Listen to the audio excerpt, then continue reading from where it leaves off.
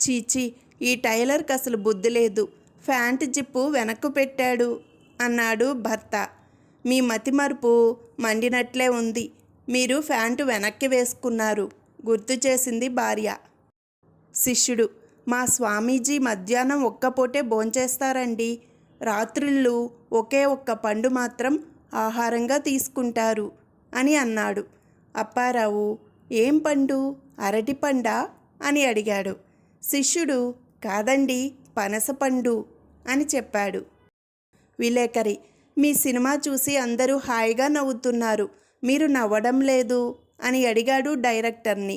Director: ఎలా నవ్వగలను, నేను తీసింది హర్రర్ సినిమా అని చెప్పాడు. అప్పారావు జగ్గారావు మంచి స్నేహితులు.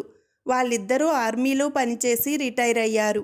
ఒక పల్లెటూరులో ఇల్లు కొనుక్కొని స్థిరపడ్డారు.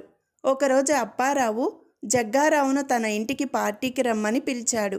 పార్టీలో బాగా లేట్ అయితే అర్ధరాత్రి చీకటిలో ఇంటికి రావడం ఇబ్బంది కాబట్టి ఒక టార్చి లైటును తీసుకెళ్లాడు జగ్గారావు. ఆ రోజు మంచి ఖుషిగా పార్టీ జరిగింది. క్షేమంగా ఇంటికొచ్చేశాడు జగ్గారావు. పొద్దున్నే అప్పారావు నౌకరు వచ్చి తలుపు తట్టాడు. సార్, మీరు టార్చి లైటు మా ఇంటిలో మర్చిపోయారు, ఇప్పుడు తెచ్చాను తీసుకోండి. మీరు మేడం గారు వాడే అప్పడాల కర్ర తెచ్చారంట, అది ఇచ్చేయండి అన్నాడు.